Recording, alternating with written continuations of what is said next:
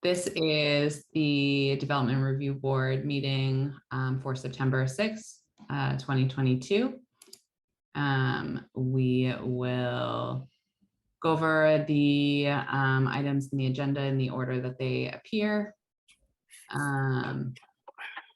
Scott, there are no changes to the agenda, right? There are no changes. Okay. And no additional communications. Everything's on. Everything's online. I got a couple video snippets from a neighbor for 120 Depot Street. Couldn't post them, so they'll be displayed as part of the hearing tonight. Okay, great. Thank you. The minutes for the last meeting are available if anyone has comments before AJ signs those.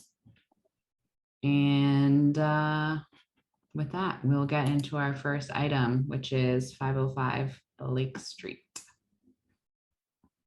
Okay, so we've got the applicant here.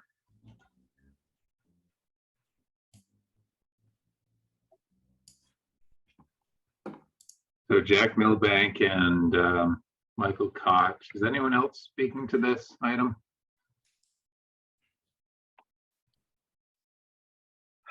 Jack or Michael?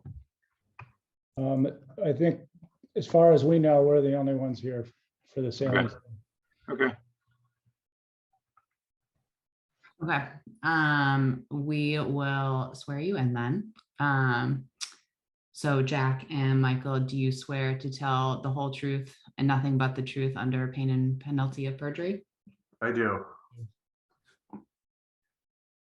I only heard one of those. I do. Okay.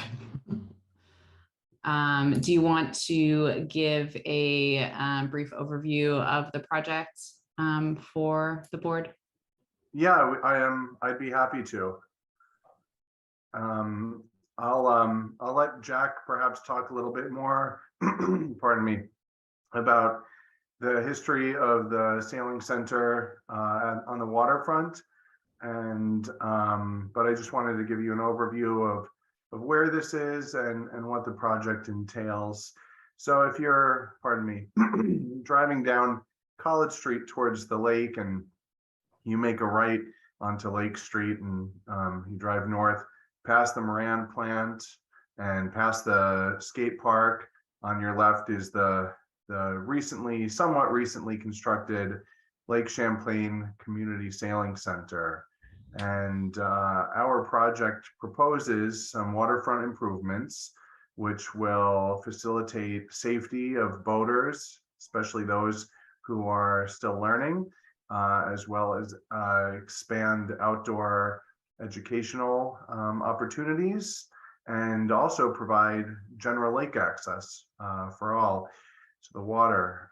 The project will only propose improvements lakeward of the existing sheet pile wall. And Scott, I was wondering if you would please be so kind as to pull up some of the existing conditions photos, just so that everyone can kind of get a sense of place of where we are and what we're looking at. So this first photo here is looking from the existing floating docks back at the sailing center. And you can see that there is a sheet pile wall there. And as I just said, our proposed improvements are lakeward of this wall. So we're not disturbing anything in the lawn area or boatyard beyond the wall. And you can see that if we scroll through some of the photos, you could see that really all we have is a rip-wrapped shoreline, and there isn't too much, if any, vegetation there. So that gives you an idea looking down towards the Moran plant, and then looking back up north, up there, and that's another shot looking towards the ramp and back to the south. So the project consists of pretty much four aspects. The first is, if we pull up that site plan that you had up previously, is on the northern side, we have a boat ramp, a concrete boat ramp that will facilitate launching multiple boats at once. And this is really going to eliminate a bottleneck that the existing facility experiences. So, I mean, hypothetically, imagine a bunch of children learning how to sail and in comes a thunderstorm. We really want to get them all out of the water as quickly as possible. So having this wider ramp than what's currently there will really aid in that. And then the second aspect of the project is kind of in the center of it, near the existing sheet pile wall. And it's a 39 by 39 foot filled center pier, which will also help in providing ADA access for adaptive boats. And also it'll be a great outdoor classroom so that instructors can point to actual parts of boats rather than just a chalkboard inside. The third aspect of the project is on the southern side, and that's that launch well where you see the two outlines of the race boats. And there'll be two hoists to lower boats into the water here. And this will allow the facility to host collegiate sailing races, as well as provide better access, ADA access towards adaptive boats, and also offer some larger teaching vessels.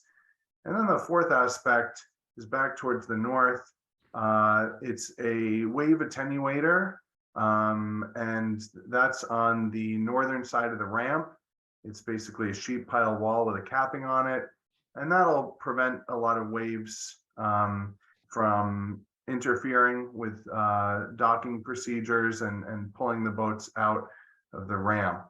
One thing I wanted to add was this ramp is not at all intended for motor vehicle use, simply just pulling the boats in and out of the water by hand. And the majority of it will be submerged underwater for a great part of the year. And just wanted to see if perhaps Jack Milbank had anything to add to that overview of the project. I think you've done a good job, Mike, explaining that. You know, the Sailing Center is it's really it's a nonprofit, but it's really designed to get people onto the water. It's not just for sailing. There'll be canoes, kayaks. They do allow high school sailing programs to work out of there, as well as the University of Vermont. And one of the things that's kind of important, in one of the first photos where you saw the aluminum ramp, we were looking at the building from west to east, standing on the dock. That's currently the access point for all launching. They can only really, each boat has to be rolled up and down that ramp. And this really is going to provide, as Mike said, it's going to be a opportunity to make sure that you can get big classes in and out at the same time and do it in a safe manner. It's important to know that this project is all lakeward of elevation 102. The top of the sheet pile wall, as you see it, is elevation 104. And as you all know, in 2011, we had that historic high water mark set at 103.25. So the lake can come up to about 9 inches from the top of that existing sheet pile. At any rate, this is a project that we're working heavily with the United States Army Corps of Engineers and the state of Vermont Lakeshore Encroachment Program. We've got jurisdictional opinions in writing that there's no stormwater necessary for this. There's no vegetative cutting, of course. And we also have a letter from Kyle Madash at the state of Vermont in the flood hazard program that said that the impacts to the lake are de minimis based on our proposed project. So we've been working with a lot of regulators, and it's an intense project, but it's truthfully, it's lakeward of 102. But anyway, we also put the project in front of the Conservation Board, and they seem to have, they had no real questions and seemed to support the project. At any rate, now we're here in front of you to answer any questions you guys might have and get your thoughts on the project as a whole. Yeah, thank you. Are there any questions from the board at this point? Yes. Are there any utilities associated with this project, such as lights? I can answer for that. If Scott is to scroll through the photos, I think it might be about the third photo down. One more photo, sorry. Okay, that one. You can see in the center of the photo, there's a piece of PVC pipe.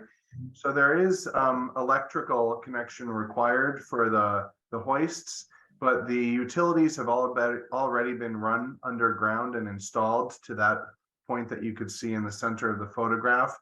But no lighting is proposed with the project, and no water or sewer connections. It's merely just lake access. Thank you. And do I understand this correctly, that this is not access for the public? Is that correct? As in everything will, this isn't for people to put their boats in. This isn't a boat access ramp, correct? It is for small boats and stand-up paddle boards. It will provide lake access for that, but not for vehicles to back down and launch their power boats or larger boats. I see. And is there a time limit for when people can put their boats in and take their boats out? And especially if there's a time limit for taking it out, would you then require people to come back before a certain time? Jack, you might be able to better answer that question. Well, I don't want, yes, I think the question, there will be public access, but organized and managed through the Lake Champlain Community Sailing Center. They actually lease this property, and it's the city of Burlington is the owner, but the access is through programs that they manage. I guess I'm wondering, is there a gate put up at a certain time? If someone wants at 10 p.m. to take their kayak down into the water, would they be able to do so? Well, that's a good question. The access through the facility is gated. But if someone had a kayak over their shoulder and they carried it across the lawn of the Moran or the properties south, the skate park and stuff, they in theory could launch there, yes. And then on the flip side, if they went out and something happened and they had to come back super late, there would be a gate, and so they would be forced to exit the water in a different place. There is the ramp at the Coast Guard station. There's the small boats like that. I mean, you can carry them up the riprap, but no, they could carry their boat around the fenced area. So the answer is, yeah, the ramp itself is not gated. Brad? Yeah, isn't this really for the use of the sailing center? This is not a public. That's correct. Okay, so it's really, people would need to be associated with the sailing center to be using this for access and for putting the boat in and out. Correct. Okay, yeah. Any other questions from the board? Sort of nice to have a project that's totally outside of it's not in the water. I mean, it's a public project where we have limited review, and then it's in the water to boot. So I will say, I bike by this all the time. And I'm always happy to see the sailing center there. It looks pretty good there. Is there anyone here from the public who wishes to speak on this? If so, please raise your hand in Zoom using the Zoom feature.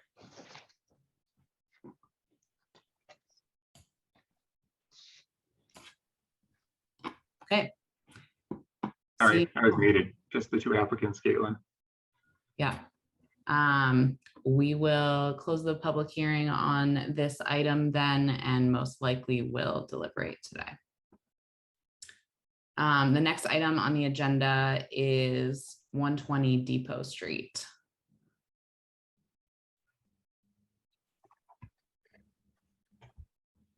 Do we have the applicants here, Scott? Yep, just give me a second.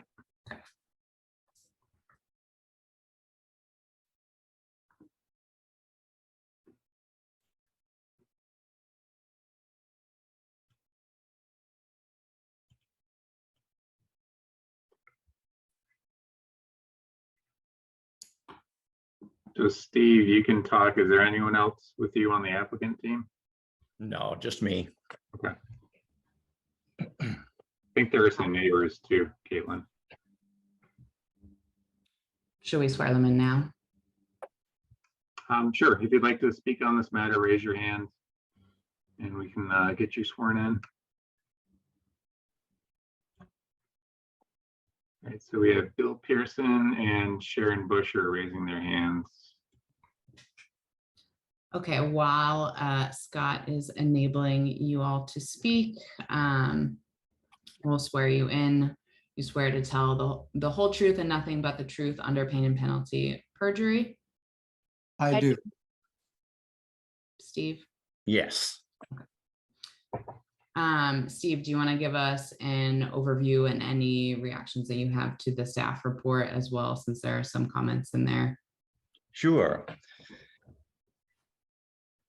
I started looking at this property about a year ago or a little more, and had some awareness of the challenges that were involved. Actually met with Scott before I bought the property to get his impressions. And then once I had purchased the property, started moving forward with the design and getting all of the permits in place to put the design that I was looking to do into the works. One of the issues that I was creating unknowingly was cutting the trees without the proper permit, since I was reading the exclusions to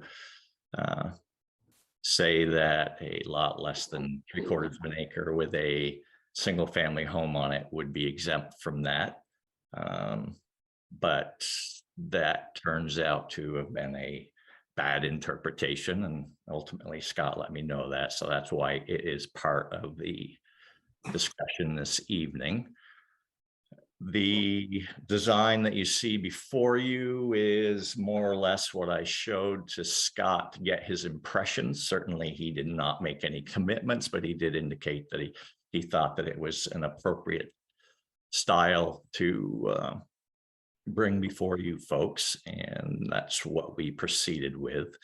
So we ended up getting the application complete in May and worked through the design. I worked with Ryan to address any issues that he could see before it came to you folks, lighting and entry roofs and many other little details. Then it went to the DAB, and we worked through an issue with having the first level of living space above the garage to be forward of the garage below. I ended up changing our design a bit to accommodate that. Once we got to that stage, Ryan felt that it was ready to come to you folks. Until he revisited the regulations about the height, and it turns out that it had been changed in April, unbeknownst to he or I. So that created a conflict between my design and what the new regulations ask for. So Ryan essentially said that I had three options. One was to change the design to meet the new regulations, apply for a variance, which he felt, and I agreed, that there didn't appear to be a way to make a variance viable based on my situation. And then the final one was to come to you folks and see if you would be willing to look at it from the historical perspective, as far as having done the design per the original regulations that we were working from, and the fact that I only missed the deadline by a few weeks, a deadline that I, of course, was unaware of, and as Ryan was unaware of as well. So here we are, trying to sort out what the options are and hopefully come up with a solution that will make everybody happy. Yes, that covers it.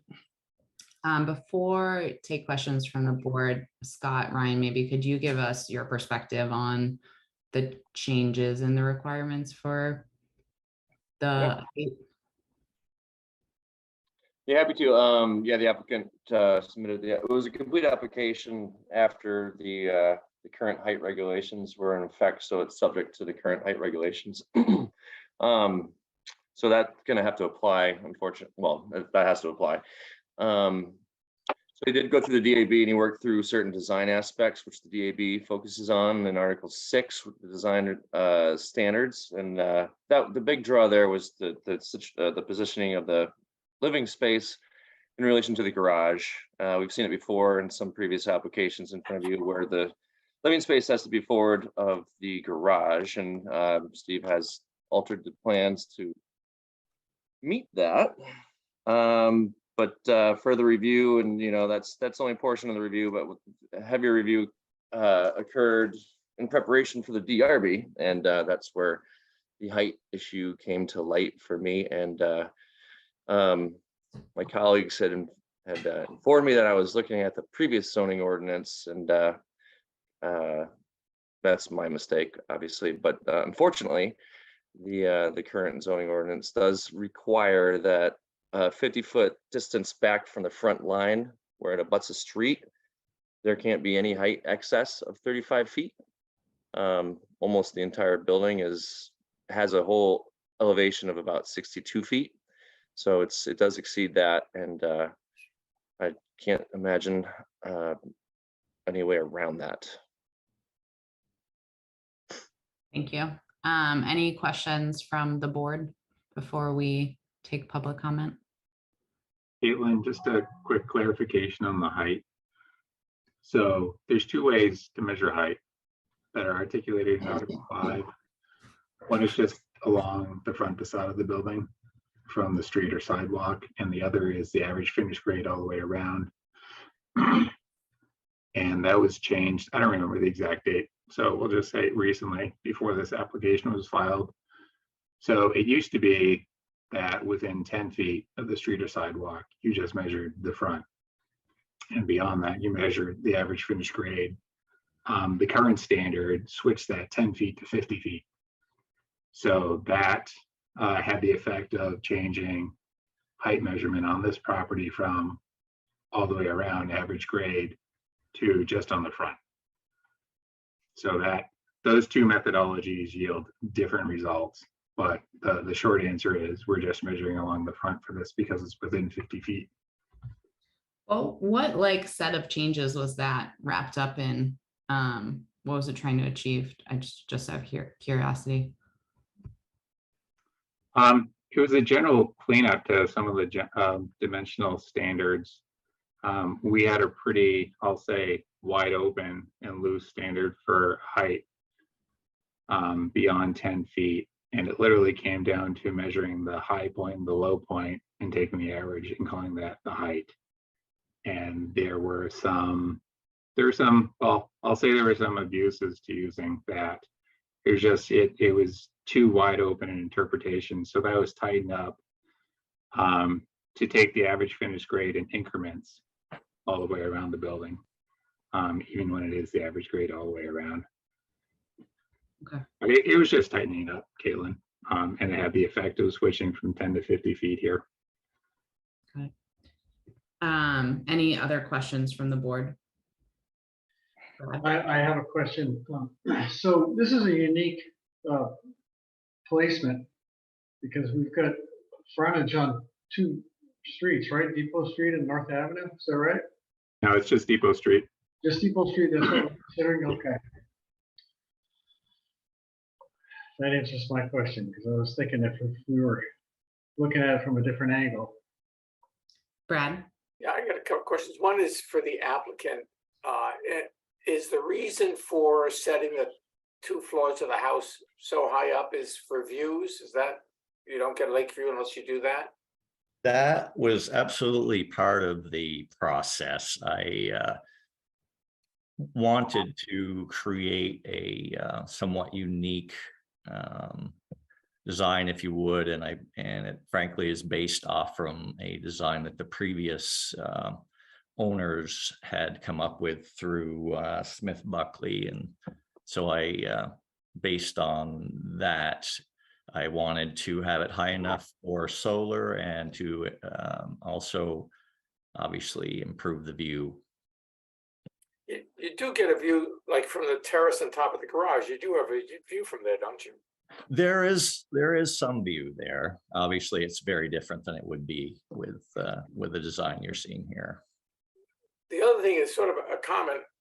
There's no real site grading plan provided with this application. It has all gone through the folks at Water Resources and yeah, but we're the ones looking at it now. yeah, no, I didn't realize that should be in there. Frankly, the intent is to not disturb the upper portion of the slope so that it would be just cut back in far enough for the garage, and then we would replace it back to what it was originally, so that it would essentially just be a natural slope down through like you're more or less seeing on there. Does this property go up to the parking lot of the condominiums above it, or is it? It does. It actually, the east end of it borders to the folks in the condo thing. They actually have been using the level portion of this property for a little kind of a place to have a bench and Yeah, enjoy the lake. And then it also into the corner of the parking lot of the police station. yeah, that's one of the things that makes it hard to understand the site, without those contours and a little bit more information on the site. Yeah. I absolutely, I have all of those things. I did not have an awareness that they would be helpful for you folks. So I can certainly provide those. Do you, is this right that the gap between the garage and the house is 25 feet? Is that right? Yes, that's something in that general neighborhood. Yes. So even, maybe this is a question for staff more than anything. If this design were not on stilts and it were stacked, it doesn't sound like it would hit the 35-foot limit either. It would be closer to 40. Potentially, you're talking about just putting it all together as one structure minus the elevator shaft.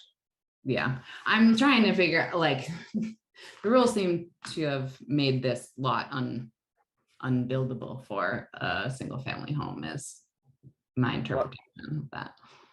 If it didn't exceed the 35 foot, then I would say, yeah, it meets the height requirement. There's a bit of a pitch on the roof, Caitlin, so I mean, it's hard to say without firm numbers, but Right. stacking it with that pitch on the roof, I mean, you can get three levels under that 35-foot limit. Any other questions from the board, Leo? Yeah, just confirm the relationship to North Street to that level, that is not being considered with the height limit calculation? No, it's just being measured from Depot Street. It doesn't actually have any frontage on North Avenue.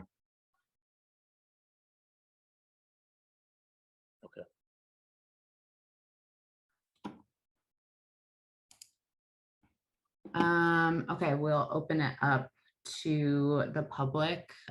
Sharon, do you want to go first? You are on mute, just so you know.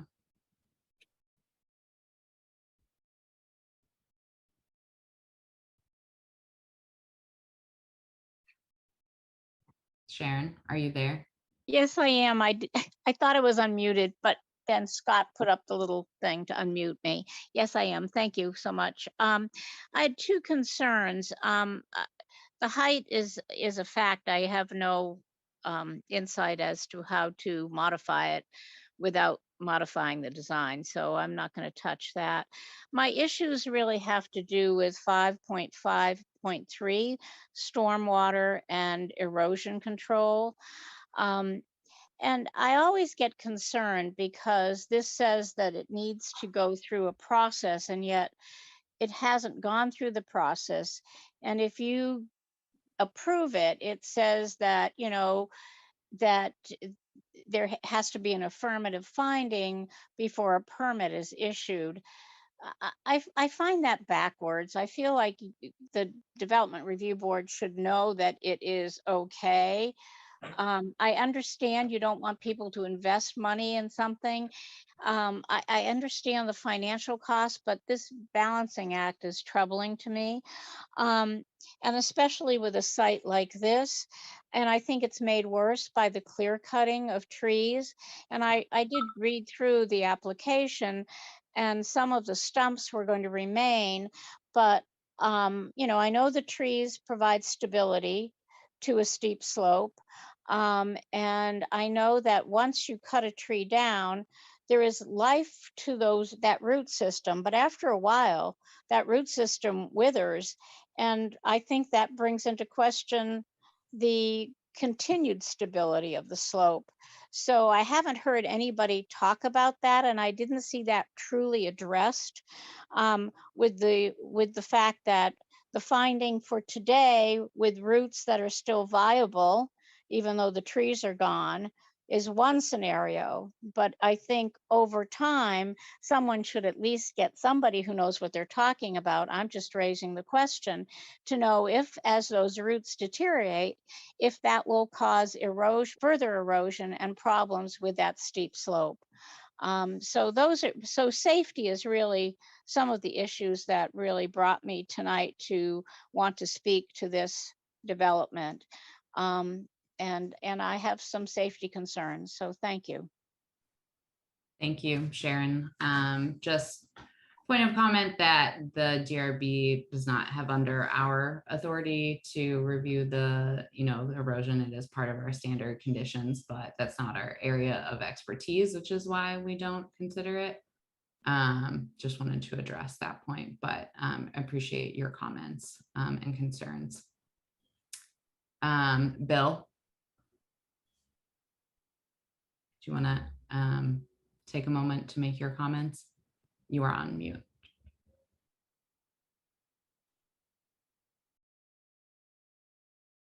Great. You can hear me now? Yes. Thank you.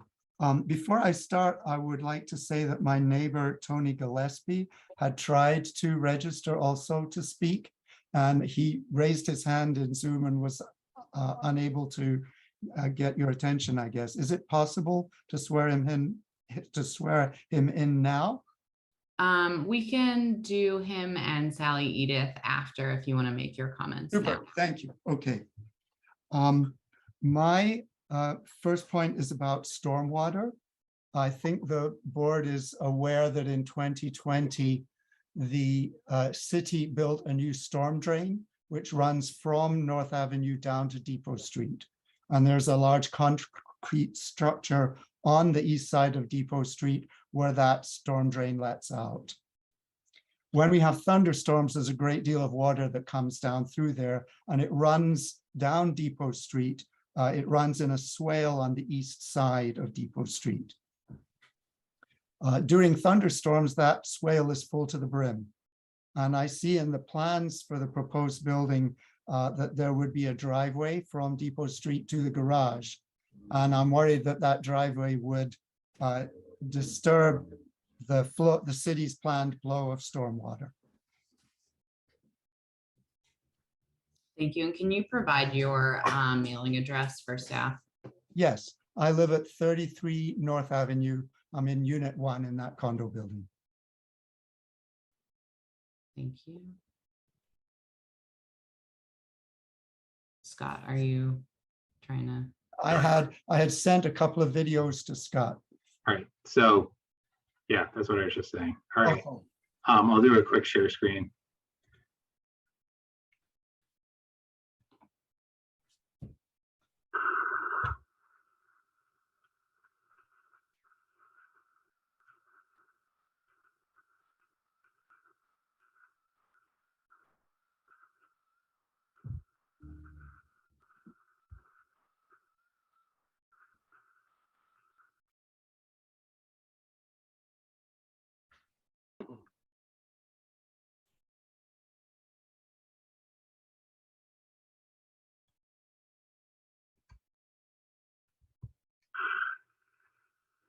Can you see that second one or no? no, I'm All right. seeing your Windows Explorer.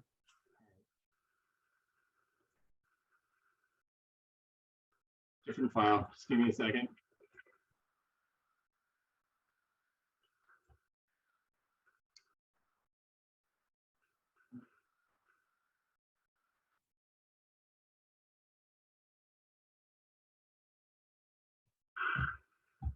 Thank you.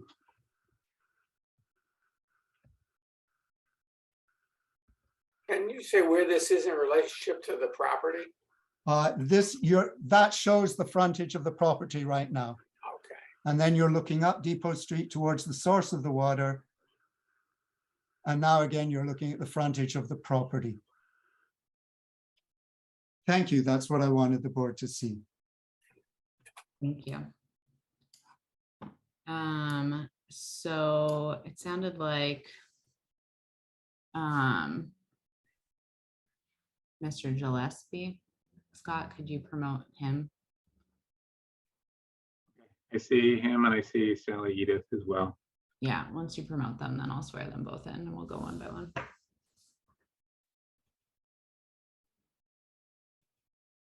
Okay. Do you swear to tell the truth, the whole truth, and nothing but the truth under pain and penalty of perjury? I do. Did you hear me?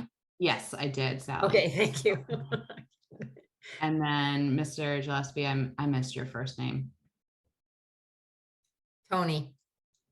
Tony, can you hear us? We do not hear you. Anthony Gillespie, do you hear it? That was from the line. Sorry, is there someone else there? Jenny, that's Jenny Gillespie. My name's Virginia. I live with my husband at 33 North Avenue, condo number 16. We were having a difficult time getting on, and so he went down to Bill Pearson's condo.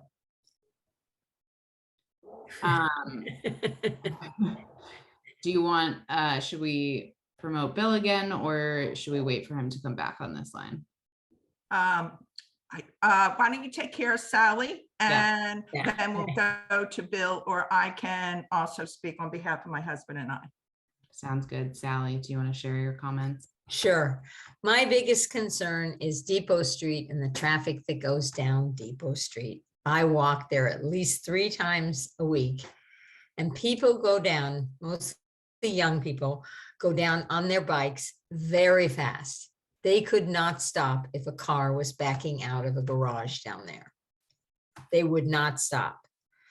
And I don't know how, if you're backing out, I don't know how you could see. And even if you're going out front ways, I don't know how.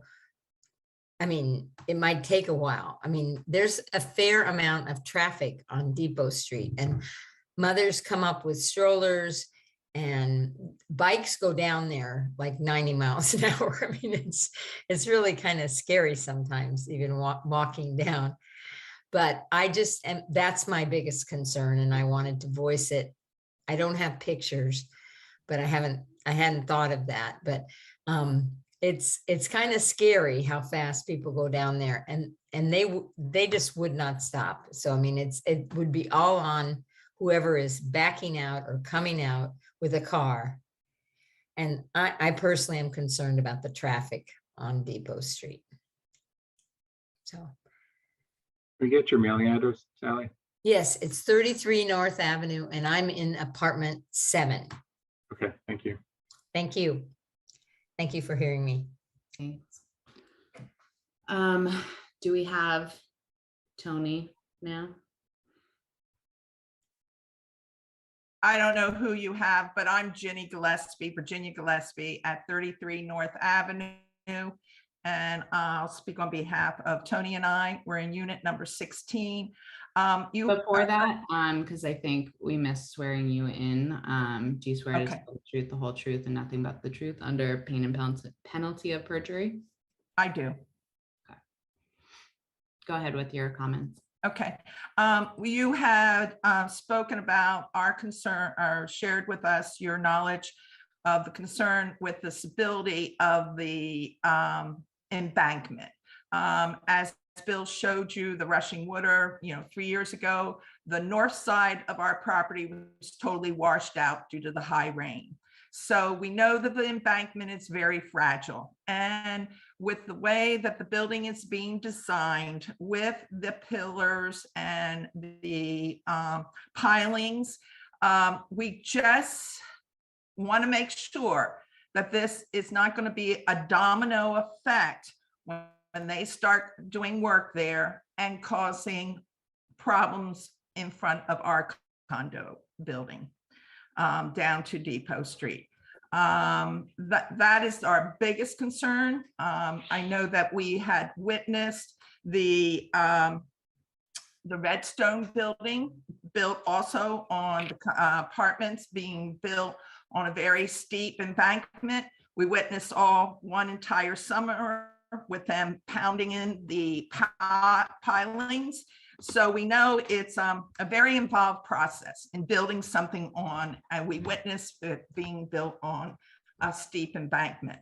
And my husband just got in from the other apartment. So do you have anything else? They might have to swear you in then. I don't, did you swear me in already? Down in Mr. Pearson's apartment? And Bill's. Do you swear to tell the truth, the whole truth, and nothing but the truth under pain and penalty of perjury? I do. Thanks. So adding on to some of the conversation already, we agree with the review board's take on the height and to decline the permit on that basis to start with. It's pretty obvious that it's not in compliance with your existing regulations or ordinance, as I heard earlier in the discussion. We'd also have to add to the public safety issue of Depot Street. If it hasn't been stated, that street is in pretty bad condition for vehicular traffic. It is very popular pedestrian traffic. And I know the city is looking to coordinate efforts to create access with Depot Street to the bike trail. So the thought is that you're looking at trying to solve a problem that may create even additional traffic on Depot Street. to utilize the waterfront and the bike trail in particular. There are some other safety issues that I have witnessed. They have to do with pedestrians using it who are not pedestrian friendly. They've come up and aggressively approached some of the residents or other users. I witnessed seeing a woman with 2 children be aggressively talked to and yelled at by another pedestrian coming up Depot Street. We've witnessed that several times. The issue of the traffic would concern us in relationship to the garages. It's hard to fathom that the garage, helping the traffic. The exiting and entering the garage, Bill talked about as being dangerous, and going up and down Depot Street, I think would cause additional traffic to say, well, if he can do it, why can't we? There's a lot of times we've witnessed where cars in particular ignore the signs and use Depot Street as a way to get to or get off of the waterfront. That's a lot of different kinds of concerns, and it all surrounds the house. The lot itself, as you've discussed, is very steep, and it's been cleared, and I think it's now at risk of some erosion or degrading because of that. I think you may all be aware that our driveway was washed out in a Halloween Eve storm. It washed out a big chunk, not only the driveway, but our portion of that bank.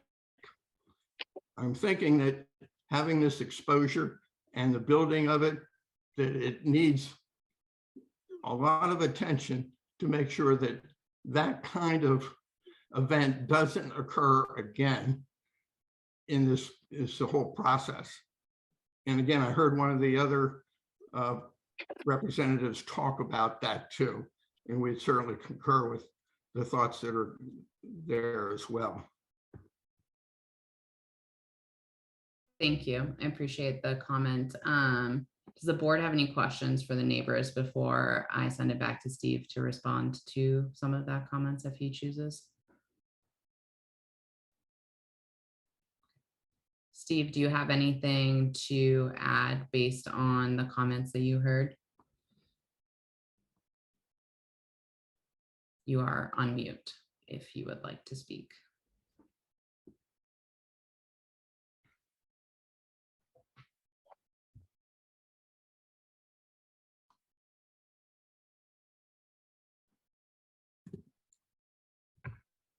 Okay, I am taking that as a no, that you do not have additional comments.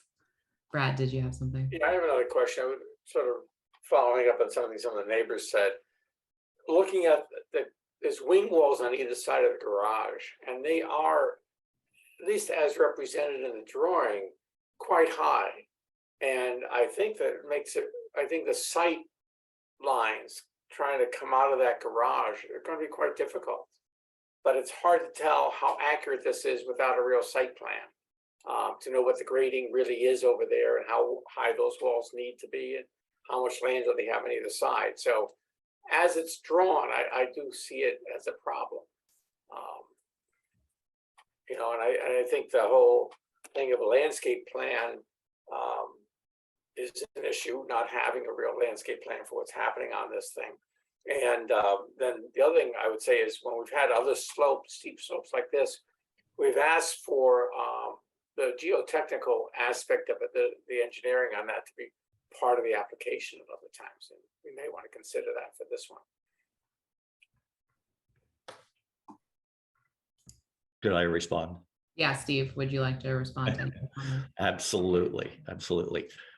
We've already done the soil boring and stuff several weeks ago, Brad, so I can absolutely provide all of the geotechnical and the engineering aspect of it regarding the foundation, which of course is part of the equation when making sure that we keep a stable slope. All of that is something I can certainly provide, along with additional landscaping information. The wing walls will only be as high as is required to maintain the slope that is currently existing there. So it won't be particularly high at that point, but certainly that would be something that we can easily address from that perspective. Yeah, that's where a grading plan really helps make it more. Sure. Yeah, that makes total sense to me now that you say that. It wasn't something that was obvious to me, and it didn't come up in our conversation. So, but I can absolutely download those or upload those to the viewpoint or whatever it's called. So can absolutely add that. I guess the question I would have is regarding what I still seems to be the biggest issue, obviously, is the height requirements. Is there any discretionary ability on the board's part to allow us to use the original formula to do that, since that's what the design was based on right up until until after it was submitted, frankly? That's something we can consider in deliberative, Sure. but not something that we could. I'm just trying to get a handle on, what is reasonable or not reasonable to expect during this conversation. Obviously, I would have made different decisions about what or when to do the tree cutting. I was basing it on the fact that I was confident that the design in general terms would be allowable based on the regulations before they changed in April. So I obviously would have made different decisions then if that was, I would have waited to find out, but I just assumed it was correct. So it is an issue to have to start obviously from scratch on something that I already have the design in place on. So I hope that's taken into consideration, as well as, not being able to do the solar and sacrificing the view. And I'm sure you probably take all of those things into consideration as you're deciding whether or not it's appropriate. Thank you, Steve. Scott, did you have a comment? Yeah, just the height standards were amended in October 21. Thank you. April's been mentioned a few times, but it's October 21. So with that, we will close the public hearing for this item, and we will likely deliberate, as I mentioned, at the end of today's. Would it be okay just to make one more quick comment? This is Steve.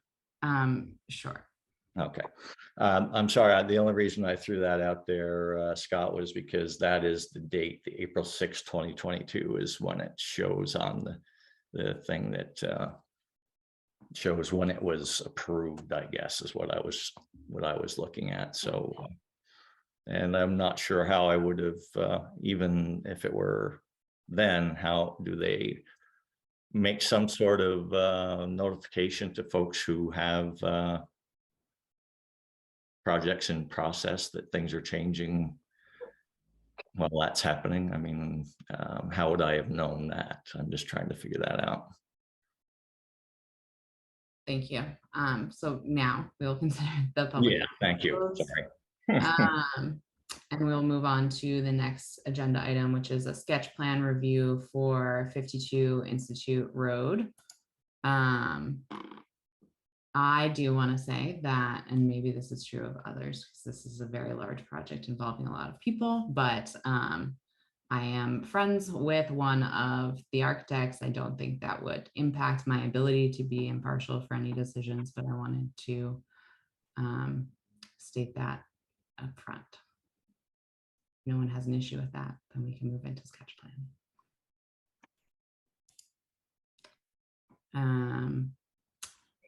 Joe, you have been promoted. Do you want to give us an overview and we can share our comments? Sure. I'm going to just quickly introduce several of the team members who are on the call today, and then pass it over to one of our architects who's just going to run through the plans, give a brief overview, address some of the staff comments, and then we'll open up for questions. So if you want to maybe give controls to Brian Leet, that would be great, so he could bring up his slide deck. But I don't see the names. Sorry, before we go further, Scott, do we need to swear in for sketch plan? No. Yeah, we've got about 5 or 6 members from the team. Do you want us to raise our hands? No, we're good for sketch plan. Okay. So I'm promoting Brian, the panelist, so we can do a share screen. Okay. So just to quickly introduce who we have from the project team, I believe, I can't see the names here, but I believe we have Lyle Smith, the Director of Facilities for the school district. We have our architects, Jesse Beck and Brian Lee from Freeman French Freeman. I think Randy Burnett is on from Colin Lindbergh Architects. I believe we have our civil engineer, Dave Marshall, with Civil Engineering Associates on the call. And then finally, I believe we have Marty Spalding, who is with PCI, and he is our construction advisor. So with that, I guess I'll just hand it over to Brian. If there's anyone else on that I missed, maybe they could just identify themselves. But if I got everybody, I'll just go ahead and pass it over to Brian to walk us through the plans. All right, thank you. So I'm just going to do a quick run through our drawings, some of what was submitted and a few additional renderings we've been creating. I'll keep this brief and then we can get to the open discussion. Generally, highlight on the program, we're looking at a 268,000 square foot building. It's structured for both Burlington High School and the Burlington Technical Center. Those spaces are each given kind of their own identity on the street facing Institute Road. I'll talk through that as we look at the site plan. There is a auditorium, large gymnasium, 3-station gymnasium, which is slightly larger than what was in the former Burlington High School, and a multi-purpose presentation space. Throughout the process, we've heard a lot from the students and staff and faculty, the desire for outdoor connection. So we've really focused on outdoor connection in the design. Just briefly, some progress renderings on the building as it would look approaching Institute Road, looking to the northwest. The site plan has been set up to emphasize multimodal arrival on the site. So bicycle connections and parking for bicycles at the 3 entry points to the site, arriving from the south along North Avenue, from the north along North Avenue, and also coming up the hill from the bike path. Separating the drop-off zones so that we can have people arrive by both car and bus safely to the building in the same arrival and departure times of the day on the north and south sides of the building. A dedicated visitor entry for security and safety so that once arrival is completed in the morning, all the building entries can be locked. Administration can see clearly who the visitors are arriving at the site at the visitor parking spaces along the front, and those visitors then can go in the only unlocked building door, are vetted by staff at the administration office before they're able to enter the remainder of the building. And then parking for 358 sites, spaces roughly, we're still finalizing that number. And that number does include the spaces on the north property, as well as the 144 existing parking spaces on the south property. So this is a look at the site plan. As I mentioned, we have bike path entry along coming from the north along North Avenue, a path up to this kind of drop off and visitor arrival road along the Institute Road parallel that enters the lower level of the commons from the south. Further along that road, we have an entry to the Burlington Technical Center portion of the program. The west face of the building is where the loading dock and support functions happen. And then we have a second entry to the second floor of the two-level commons from the north side. All the existing buildings on site, with the exception of the chip plant up towards the north end of the property, are going to be removed as part of the demolition and remediation of the environmental contamination that was discovered on site. The chip plant remains as a building. There's still some discussion about the exact use of that, whether or not we will be using the wood chip or some modified version of the wood chip boiler for heat backup, or whether that will be cleared out and used for other purposes for the district within the existing building shell. So this is the building as you would approach it from the north side. I'll very quickly just walk you through for understanding. This is the lower level. In the lower left is the entry to where the BTC program entry will be. That end of the building in the area that's kind of in light green and pink is BTC program spaces. The main entry enters the main level, the lower level rather, the commons, has access to the bottom space of the auditorium. As we move up through the building, the next level from the north, we have the upper entrance, still connected to the commons and direct access to the rear of the lower seating bowl in the auditorium, as well as the gymnasiums. There's also to the west along this north side, another public lobby, so that what we're calling the community gym, the leftmost of the three gymnasium cross courts, can be isolated and used from that public lobby for public functions separate from high school activities with direct in and out access. Moving up through the building, we then have a balcony for the auditorium. And as you see on the east side, the second of three levels for classrooms. And then the top level is classrooms only. So the building is technically 5 levels under code because it has a lower level and then four floor levels. But at any point along the length of the building, there are only 4 vertical stories. The roof is being arranged to maximize solar potential and try to congregate the mechanical equipment as we can.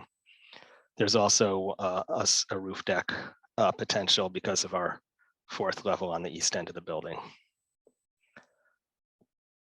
These are, some early elevations, which I believe were shared with you as we developed the massing and fenestration.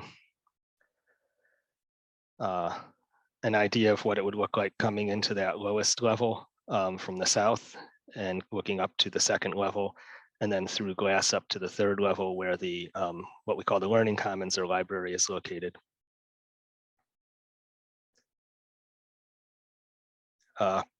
Sustainability has been a big focus on the project. We are pursuing LEED. I think there was a note in the staff report that referenced CHIPS. CHIPS was being pursued on the last iteration, the re-envision project. This project's going for LEED rather than the CHIPS program. We are looking at a fully electric, potentially MEP system with the possible exception of maybe some heating backup.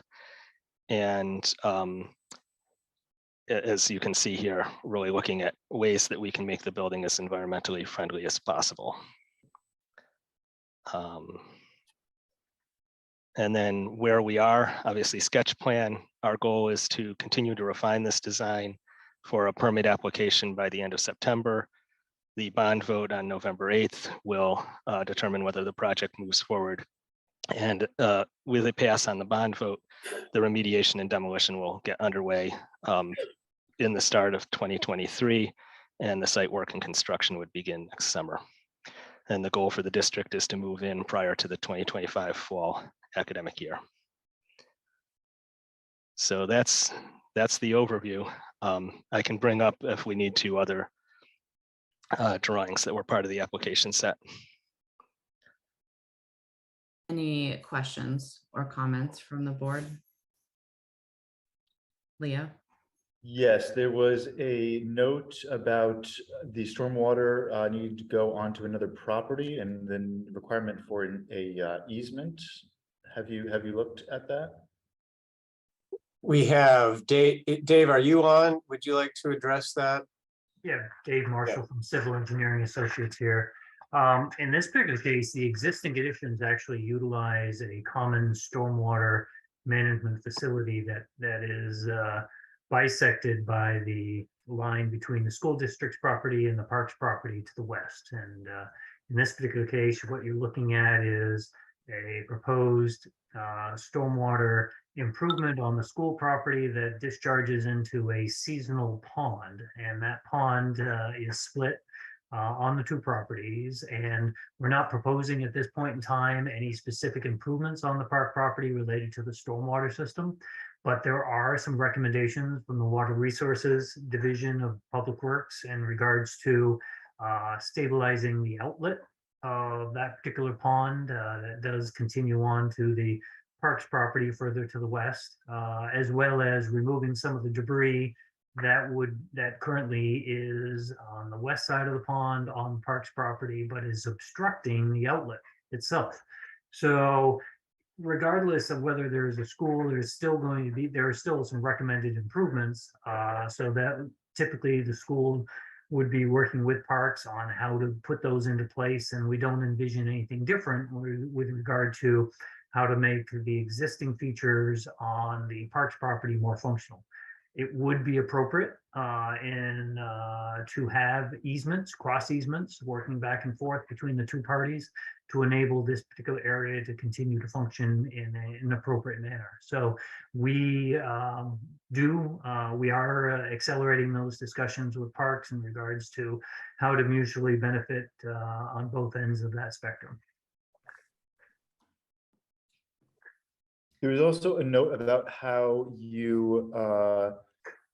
a system has been developed where the clean stormwater runoff from the Arms Forest area to the north will be intercepted and conveyed separately around the treatment facility. Could you just briefly explain that?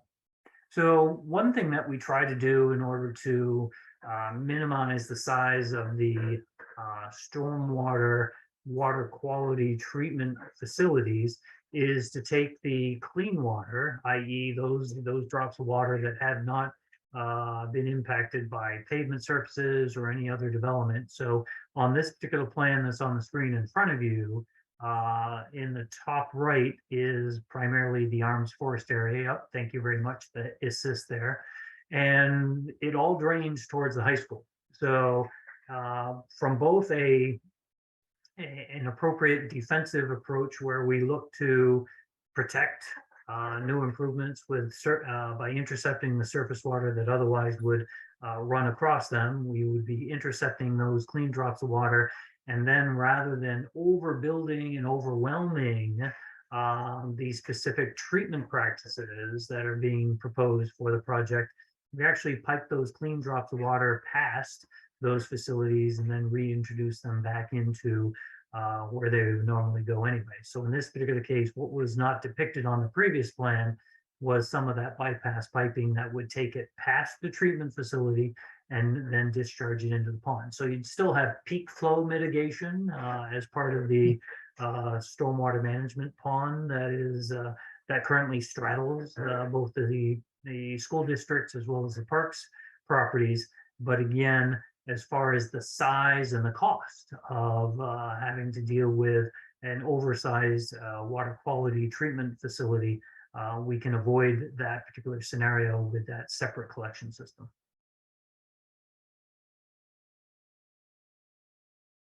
Brad, did you have? Yeah. How does bus access work? I assume it's city and school buses both on the site.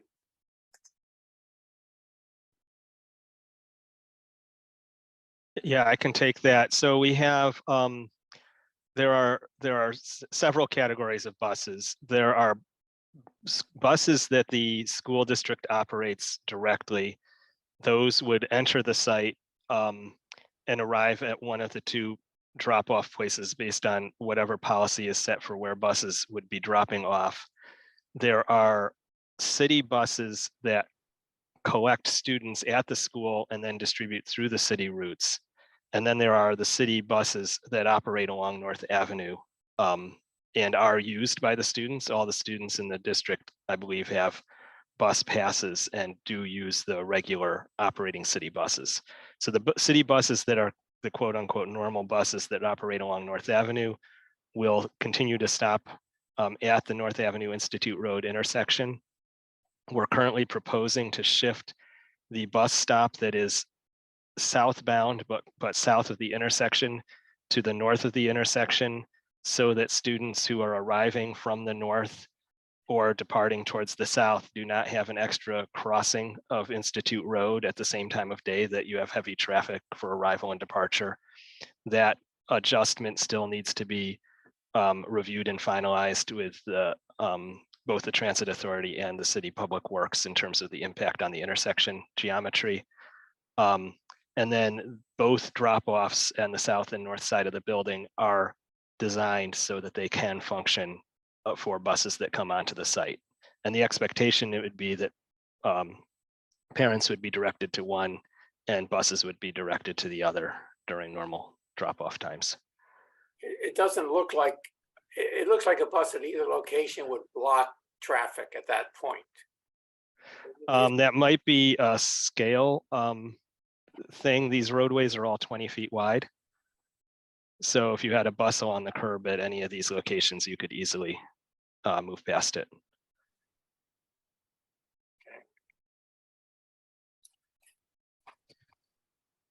It seems a lot of activity without really a bus pullout, because you got the buses coming in, you have people dropping people off, and you have cars parking. It just sounds congested. On that note, Brian, is in the north section, is that designed to be one-way traffic? Yes, again, the roadways are all 20 feet, so it could support multiple directions, but the idea is that buses would arrive, or most likely buses to the north would arrive headed westbound on that southern tier, go up and around the loop, and then come back out. And this portion of drop off here is long enough for around 4 buses to stack up in that section.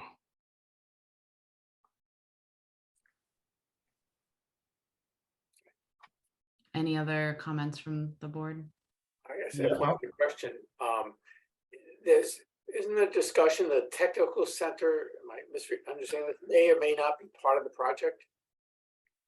Am I misunderstanding the issue? Joe, do you want to respond to that, or do you want me to respond? Yeah, I could quickly respond, and feel free to add on. The technical center will be part of the project, and this, if I'm correct, Brian, the home office or administrative office will also be here on Institute Road. The school is proposing to move several tech center programs out to the airport as part of a new development out there. What we're calling the high bay spaces, where they do the aviation and I think it was a pre-tech, Brian, and maybe automotive are planned to move out to the airport, but the other programs will remain here on Institute Road as well as the administrative offices for the tech center. Sean, did you have a question or comment? Yeah, possibly for Brian. I was looking at the project narrative where the Department of Public Works has some questions about the approaches to the building in respect to both pedestrians and bikes, to make sure that there is a clear delineation for pedestrians, and in particular bikes to be separated from vehicles. You know, I'm not sure if you're doing that with just a walk, or if it's curbed, or if there's a green space between or whatever, but with buses and cars all conglomerated in one area, the kids on bikes are sort of half paying attention. So I think a curved separation would be a wise thing to have there. There's something to consider.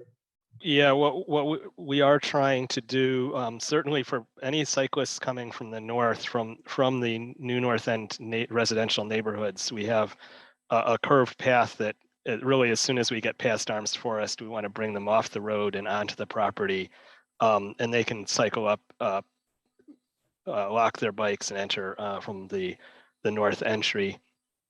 Certainly, anyone coming up from the bike path will have to at some point cross the roadway, but again, we hope get them quickly to bicycle walk and then into the building. The I guess perhaps challenging is students coming up from the south from North Avenue. We do have, as part of this intersection improvements, discussions of turn boxes and signaling to provide some cycle safety.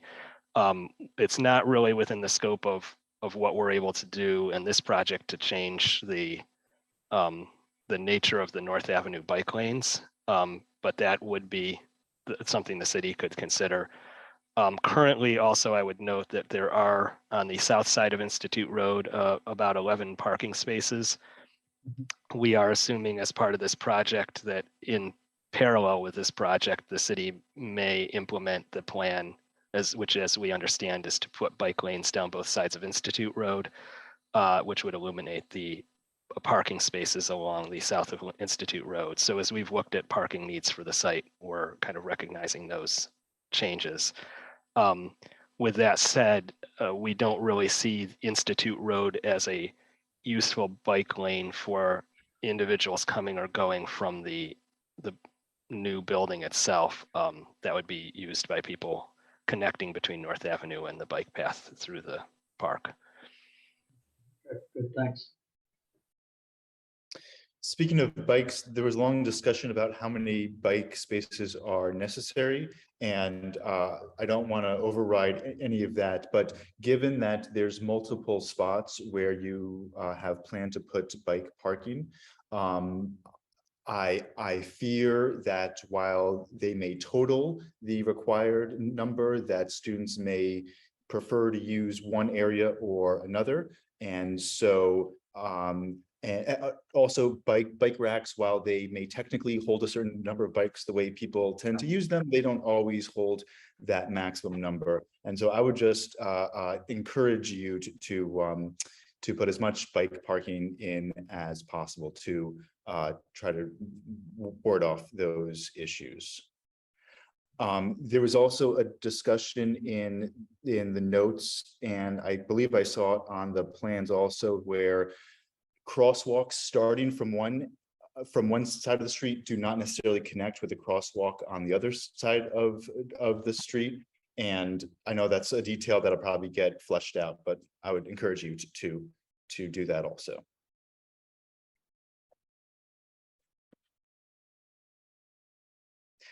And sorry, the final thing from me is that the greenery on the 2D plan and the 3D renderings did not match. And I anticipate that's because the 3D renderings, you want to keep the vegetation out in order to show the building. But I hope that the actual building would include the vegetation as specified on the plan.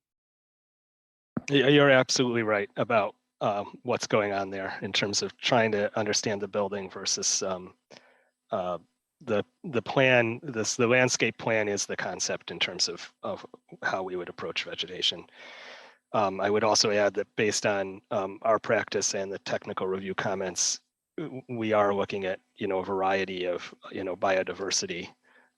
It's easy to look at this and think it's going to be a row. It will not be a row of, monoculture trees.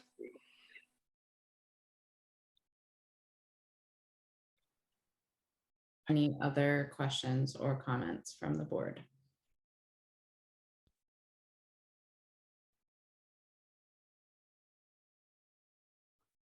Okay. Well, hopefully you've gotten the feedback that you were hoping for sketch plan, and we will see you back here. when you have your final. Actually, I just want to address one more point. Brian, can you talk about the visitor parking located to the south of the building near Institute Road and the reason why we need that parking there from a security reason? There was a comment in the staff report that recommended doing away with those visitor parking spaces, except for maybe a couple ADA spaces. But can you talk about that?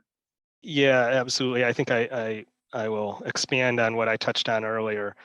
The idea is we have the existing parking, of course, south of Institute Road, and the parking, new 2 parking tiers to the north of the building. Those will be staff and student parking as the district policies assign.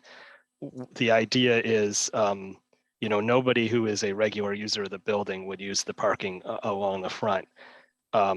However, once you get past arrival time to the building, all the doors on the exterior of the building will automatically lock. And the only way into the building will be through the first floor vestibule at the front of the building, which is designed to require everybody to come into the vestibule, enter the administrative waiting, interact with a staff person, get badged in or whatever security they require, and then go into the building.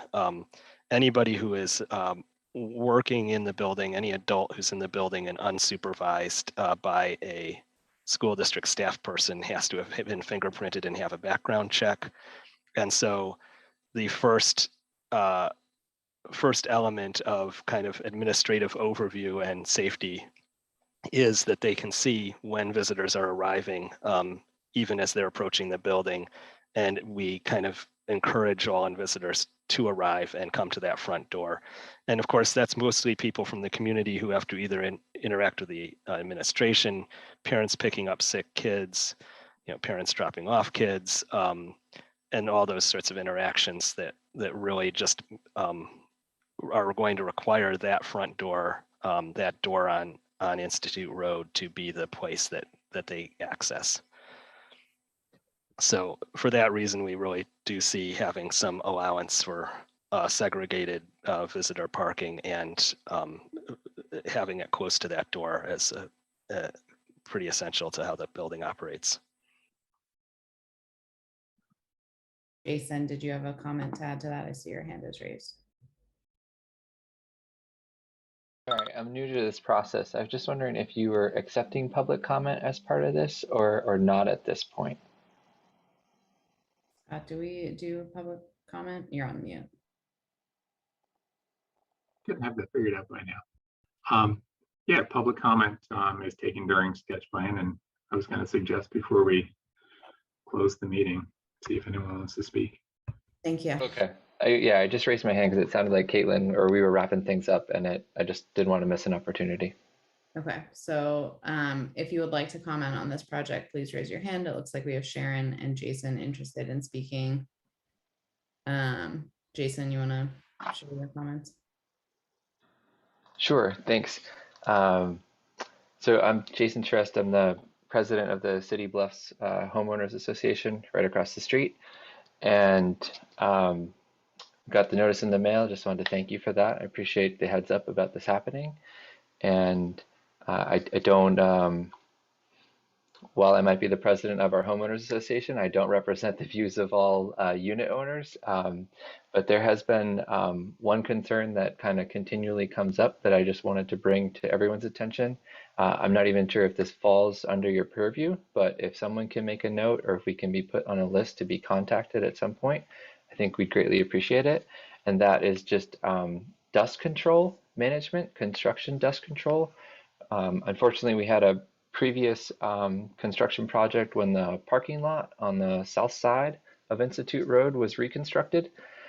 There were at least 1 or 2 large piles of sand that were left there for quite a bit of time, and the wind blows towards us on the I guess east side of the road, and we had a lot of complaints from residents getting a lot of dust inside their windows. And so you can imagine, with the demolition of a building that has been deemed hazardous, a lot of our residents have raised concerns about construction dust blowing in our direction. So I just wanted to put that out there. I appreciate your work on this. Thank you. Yeah. Scott, can you promote Sharon?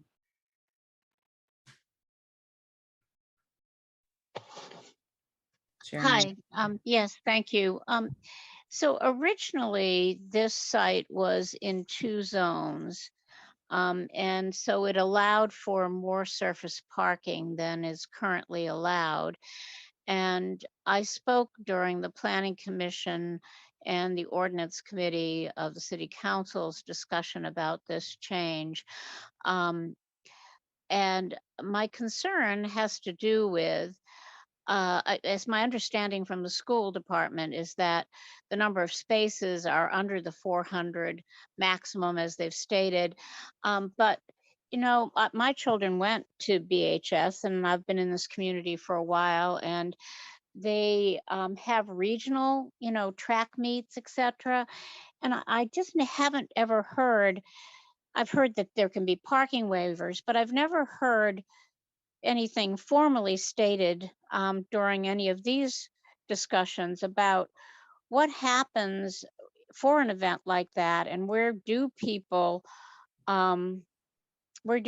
park, and is there currently a request? I know this is sketch plan review, but is the school department considering requesting a waiver to deal with some of this this situation, the one that I'm describing? So thank you. Does anyone from Friedman French Friedman want to respond to these comments? I can quickly address the parking discussion, and it is a little bit of an ongoing discussion, but the first thing I would say is, due to the zoning changes that were recently made, this project will have a traffic demand management program. That is, we're working with VHB on the traffic study already, and they are going to be working on that as well. They're going to be producing that in line with the zoning requirements. And we have identified peak events as a category of response that is required. At this time, we are looking to see if it's going to be feasible to try to address those peak events without having to add parking that wouldn't otherwise be used on the site. But that's where we are today. I can't say that we won't see something different by the time we complete our permit application at the end of the month. And Joe, do you have any? I don't know if you have anything you'd like to add to that.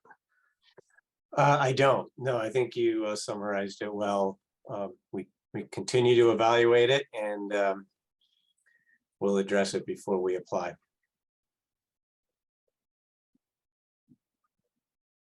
Thank you.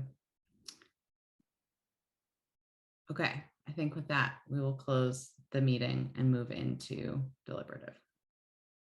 Recording stopped. In progress. ZP 22-443-505 Lake Street. I move that we approve the application, adopt staff's findings and recommendations. Brooks seconds. Any comment or discussion? Okay. All those in favor? Okay, Unanimous. I'll make a motion on CP 22-307, 120 Depot Street to reject the application.